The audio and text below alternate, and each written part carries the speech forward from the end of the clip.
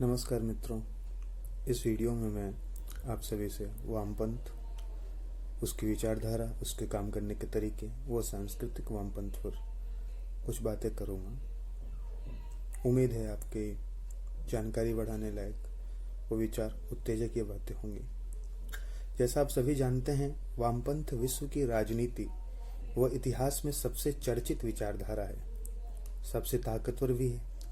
इसलिए दुनिया के तमाम देशों की राजनीति व समाज को प्रभावित करती है। दुनिया की मीडिया व एकेडमिया पर भी इसका कब्जा है।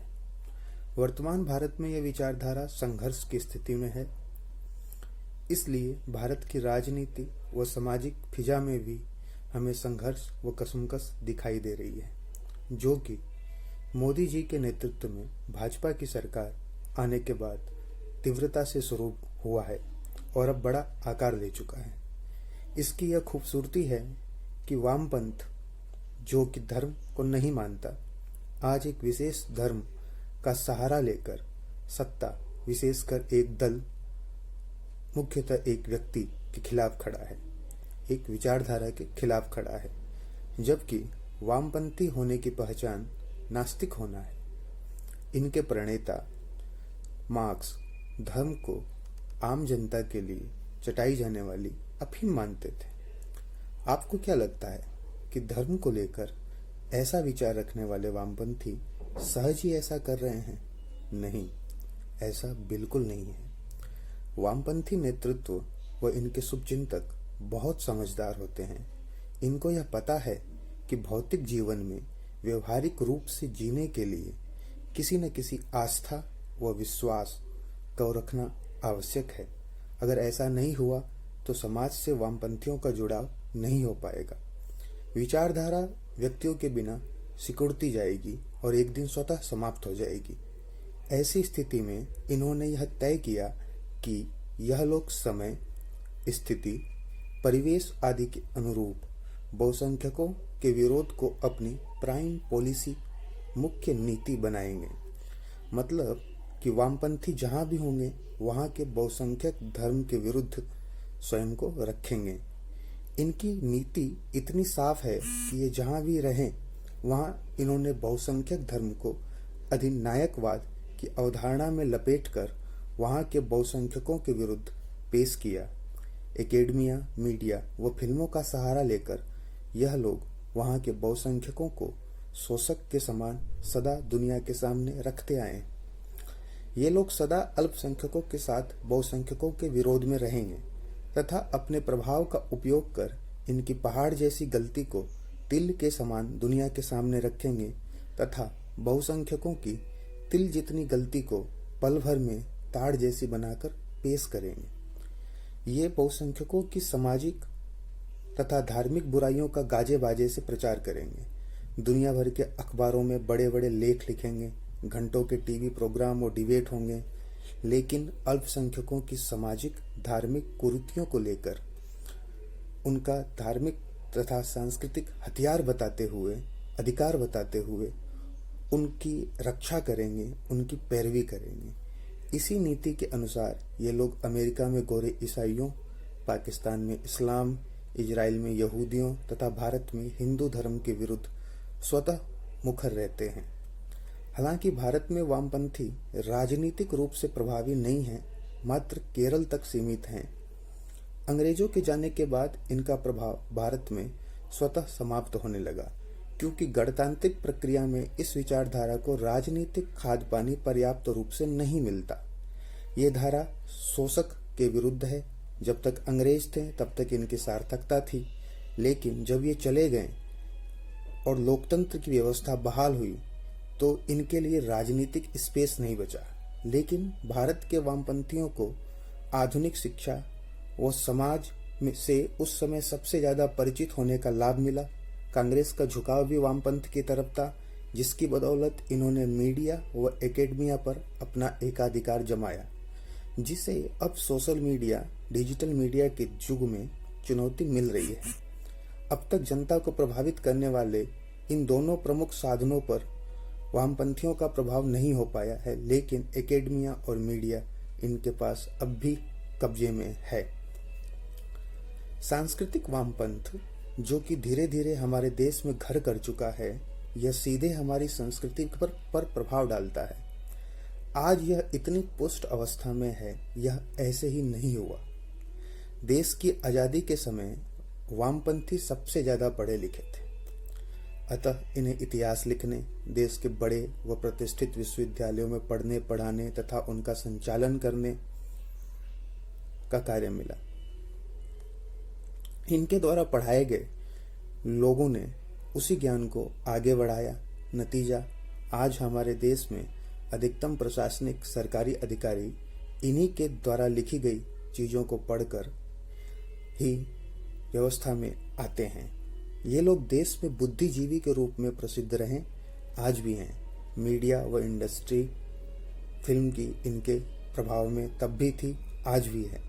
किताबों, अखबारों व फिल्मों का सहारा लेकर वामपंथी युवाओं व छात्रों को सीधे प्रभावित करते हैं।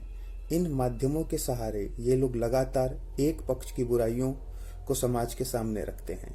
हमारे युवा को ये लोग बड़े सुंदर शब्दों में बहुसंख्यक धर्म की बुराइयों के बारे में पढ़ाते हैं, दिखाते हैं, लेकिन दूसरे पक्ष की बुराइयों को इतनी ही खूबसूरती से ढककर अच्छाइयों के लिहाफ में पेश करते हैं।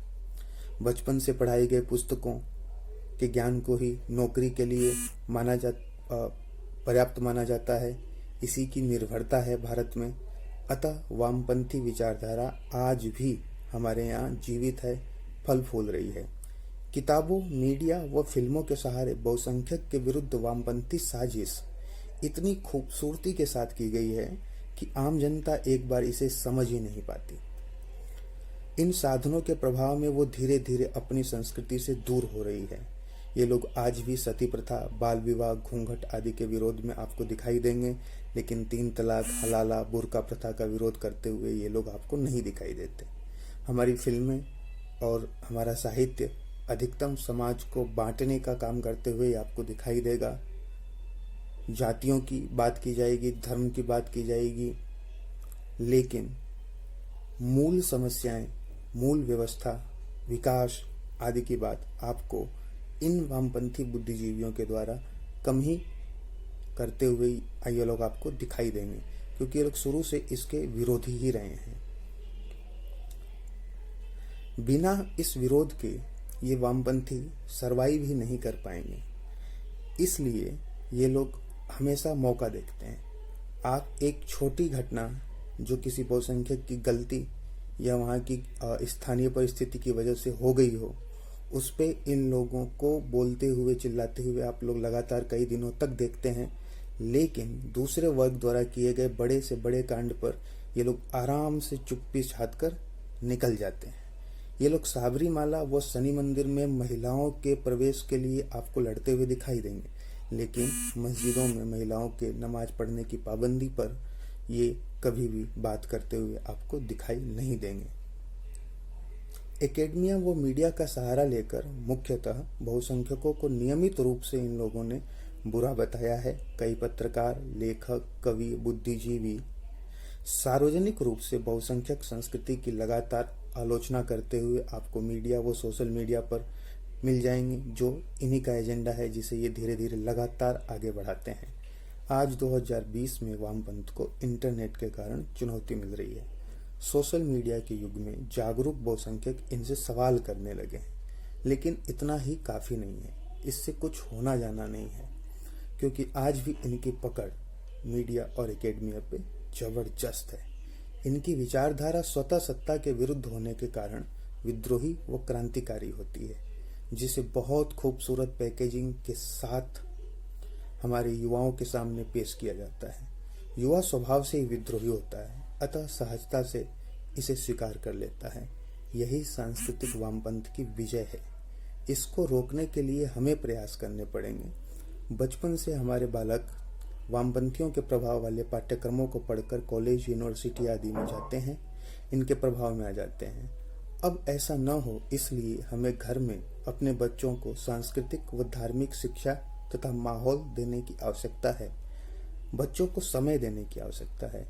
आप लोग इस लॉकडाउन के समय को अपने बच्चों के साथ बिताइए। उन्हें हमारी परंपरा, हमारे रीति रिवाज, हमारे नियम, हमारे धार्मिक सिद्धांतों से परिचित करवाइए, रामायण महाभारत की कहानियाँ सुनाइए, पंचतंत्र हितोपदेश की कहानियाँ सुनाइए, अपनी संस्कृति से जोड़िए। जब तक हमारा बालक, हमारा युवा, हमारी आने वाली पीढ़ी हमारी संस्कृति से जुड़ी हुई नहीं होगी, तब तक ही ये लोग अपने लक्ष्य में सफल होते रहेंगे। जब हमारा युवा, हमारी आने वाली पीढ़ी हमारी संस्कृति से जुड़ी हुई होगी, इनको यहाँ पे लगातार असफलता ही देखनी पड़ेगी। भारत सरकार ने भी कुछ परिवर्तन किए हैं। कक्षा 7 व 8 में राम व महाभारत की कथा हिंदी की एक पुस्तक के रूप में बच्चों को पढ़ने के लिए मिलेगी, लेकिन हमारे सामाजिक अध्ययन के सिलेबस में आज भी परिवर्तन करने की बहुत ज़रूरत है। सिंधु घाटी सभ्यता, वैदिक काल, गुप्त काल, विजयनगर साम्राज्य आदि का अध्ययन करवाना आवश्यक है।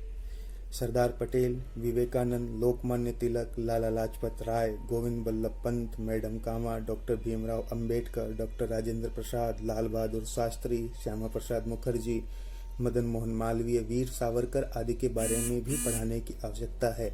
वर्तमान में हमारी सामाजिक अध्ययन की पुस्तकें एक खास परिवार, एक खास पार्टी व एक खास समय काल, मात्र मध्यकाल को ही भारत के इतिहास और मात्र एक परिवार को ही भारत के निर्माण में योगदान देने वाले व्यक्तियों के रूप में चित्रित करता है, पेश करता है। इसमें भी परिवर्तन की आवश्यकता है।